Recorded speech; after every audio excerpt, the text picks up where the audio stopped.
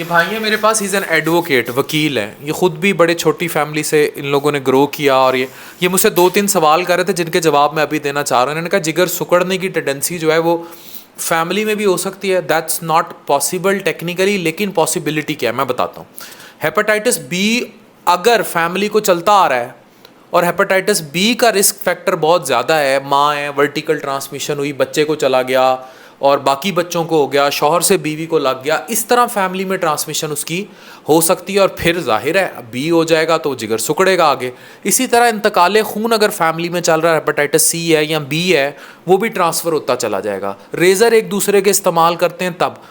अब आ गई इसकी कोई जेनेटिक्स में इशू ये है कि अगर कोई डायबिटीज़ या कोई इस तरह का फेमिलियल लिपिड का कोई डिसऑर्डर चल रहा है, कोई फेमिलियल हाइपरट्राइग्लिसराइडीमिया है, कोई लिपिड डिसऑर्डर्स हैं जो अल्टीमेटली कोई ऐसा डैमेज करते हैं लिवर को जिसकी वजह से कोई फैटी लिवर हो जाता है या नैश रिलेटेड चीज़ें हो जाती हैं, तब आप कह सकते हैं कि उनकी फिर फैमिली में भी ये चीज़ें चलेंगी। स्पेशली अगर फैमिली मोटों की फैमिली है तो उनमें नैश रिलेटेड सिरोसिस बहुत ज़्यादा होगी।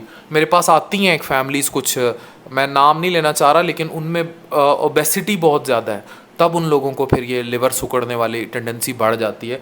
इस तरह डायरेक्टली और इनडायरेक्टली फैमिलीज़ में ये बीमारी रन कर सकती है। ठीक है, और ये सवाल का आपको जवाब मिल गया, आपकी वसासत से और बहुत लोगों का भला हो गया। जी, मैं आज डॉक्टर साहब के पास आया हूँ। 14 साल बाद इन्होंने हमें आज डायग्नोज किया है कि आपका लीवर प्रॉब्लम है ही नहीं। तो 14 साल हमें मुख्तलिफ डॉक्टर कहते रहे, किसी का नाम नहीं लेना आता, कि कहते रहे कि मुख्तलिफ डॉक्टर कहते रहे कि आपका लीवर का प्रॉब्लम है, लेकिन डॉक्टर साहब का हॉस्पिटल बहुत अच्छा है, स्टाफ बहुत अच्छा है, डॉक्टर साहब खुद बहुत अच्छे इंसान हैं। डॉक्टर के नाते एक इंसान होना बहुत अच्छी बात होती है। इन्होंने हमें जिस लेवल का ये हॉस्पिटल है यहाँ पे इतनी ज़्यादा फ़ीस भी नहीं ली गई, ना ही हमसे ज़्यादा कुछ चार्जेस लिए गए, ना ही कोई लैब टेस्ट महंगे थे। बहुत अच्छा इन्होंने हमें साथ कोऑपरेट किया है और बहुत अच्छा ट्रीट किया है और वेल डायग्नोज किया है इन्होंने। हमारा तो टेंशन ही ख़त्म होगी कि हमारा लीवर प्रॉब्लम ही नहीं है। अच्छा, टेक्निकली ना एक मैं प्रॉब्लम आपको बताऊं, हमारे ना पिंडों देहातों में एक ट्रेंड ऐसे ख़त्म हो जाना चाहिए। जो लोग मुझे सुन रहे हैं प्लीज़ इसे सुने। हमारे यहाँ लोग ये समझते हैं, जाते हैं, अब दाइयाँ माइयाँ अल्ट्रासाउंड मशीनें रख के बैठी हुई हैं। इवन ये भी हालात हैं पिंडों देहातों में, मैं आपको प्रैक्टिकली बता रहा हूँ, ये तुम लोग भी सुन के हंसोगे। कंप्यूटर रखा हुआ होता है, ये देखा है, ये बताया गया है। कंप्यूटर का माउस, इतनी जहालत है, कंप्यूटर का माउस बंदे के पेट पे फेरते हैं या बंदी औरत के पेट पे फेरते हैं और उसे कहते हैं अल्ट्रासाउंड हो गया। और अंदर ऐसा कंप्यूटर में सॉफ्टवेयर होता है कि वो नज़र आ रहा होता है और वो कहते हैं जी अल्ट्रासाउंड हो गया। और लिखना भी नहीं आता। वैसी रिपोर्टें हैं जो मैं निकाल के शेयर कर दूंगा, जो हम देख के सर पकड़ के बैठ जाते हैं। मतलब इतनी गंदी लिखाई में, जो हमारा कैमरा मैन वीडियो बना रहा है इसकी लिखाई बहुत गंदी है, इससे 50 गुना नहीं 5000 गुना गंदी लिखाई में इन्होंने ऐसी चीज़ें की होती हैं और ऐसा ऐसा धोखा लोगों के साथ करते हैं और फिर उनके जहनों में। और टेक्निकली जिन्हें आप डॉक्टर कह रहे हो, डॉक्टर होते नहीं, वो क्वैक्स हैं।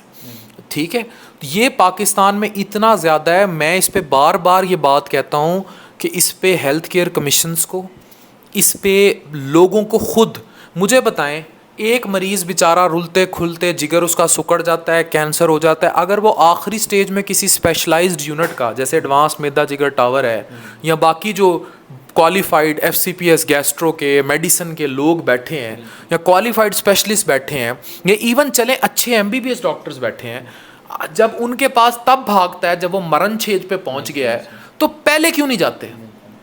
इसका मतलब यही है कि वो अपनी हेल्थ को बहुत लीस्ट प्रायोरिटी देते हैं। पाकिस्तान ऐसी नेशंस में आ चुका है जहां हेल्थ को सबसे कम प्रायोरिटी दी जाती है। यही वजह है कि हमारे बजट में हेल्थ का कोई ख़ास सेक्टर नहीं रखा गया। यही वजह है कि हमारे यहाँ लोगों में हेल्थ प्रायोरिटी नहीं है। आप लोगों को सिगरेट मना करेंगे, जितनों को मना करेंगे उससे डट के पिएंगे। डाइटरी पैटर्न्स गंदे हैं। हम सेंट्रल ओबेसिटी वाली कौम है, यानी कि हमारे पेट पे चर्बी बहुत। उसकी रीज़न आज मैं आपको एक और बात बताऊं, ये गौर से सुने। हम लोग, इवन मैं भी कभी ये चीज़ फेस करता हूँ कि पेट पे सीधी चर्बी नहीं जा रही। मैं खुद फेस करता हूँ इतनी एक्सरसाइज करके पेट के ऊपर से बेली फैट कम करना, वेस्ट फैट। नंबर एक, हमारी एशियन साउथ एशियन प्री डिस्पोजेंस ऐसी है, मतलब हमारी जो प्री डिस्पोज्ड है हम, कि हमारी ये सेंट्रल ओबेसिटी आएगी, हमारे ये आना है।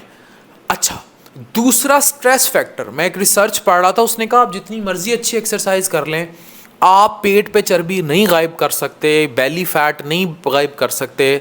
जब तक अब औरतों को बच्चे पैदा करने के बाद वो समझती हैं पेट बढ़ गया, पर टेक्निकली ऐसा नहीं है। एक फूड ज़्यादा कर देना, लैक ऑफ एक्सरसाइज, देन जो मेजर चीज़ मैं आज बता रहा हूँ कि पेट पे चर्बी क्यों ज़्यादा आ जाती है, lack of sleep and stress and cortisol. जब आप परेशान होंगे कॉर्टिसोल हार्मोन रिलीज होगा, स्ट्रेस कॉर्टिसोल रिलीज करेगा, and that is a major trigger to central obesity, to पेट पर चर्बी, टू मोटापा, और वहाँ से पेट पर चर्बी आती है।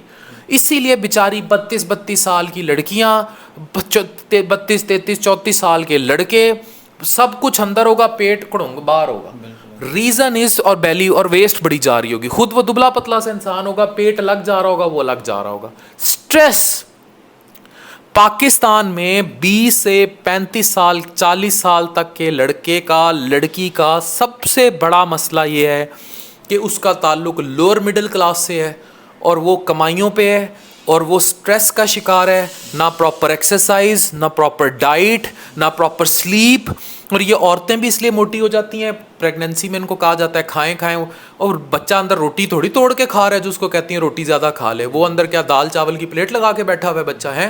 पहले उसका दस्तरखान बिछता है, फिर वो बैठता है, भाई उसको ओवर ढपा देती हैं, वो मोटी हो जाती है, उसके बाद बच्चा पैदा होता है, वो बच्चे में लग जाती है, नज़र में टिड छोड़ देती है, और फिर स्ट्रेस अलग।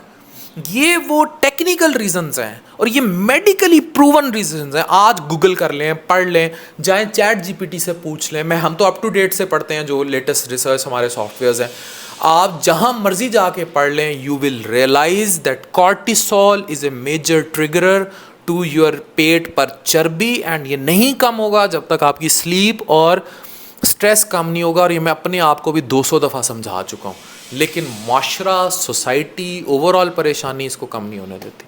समझ आ गई एडवोकेट साहब? हमारा भी यही रोज का काम भी होता है। बिल्कुल होता है जनाब। वकील तो देने का, स्ट्रेस देने का, लेने का नहीं, या देने का भी लेने का भी, लेने का भी देने का भी। हम तो खरीद करते हैं स्ट्रेस लोगों की। अच्छा, लोगों ने उलझा के रखा होता है जिंदगी। वैसे मेरे वकील भाई माइंड ना करें, मजाक कर, माइंड नहीं करते।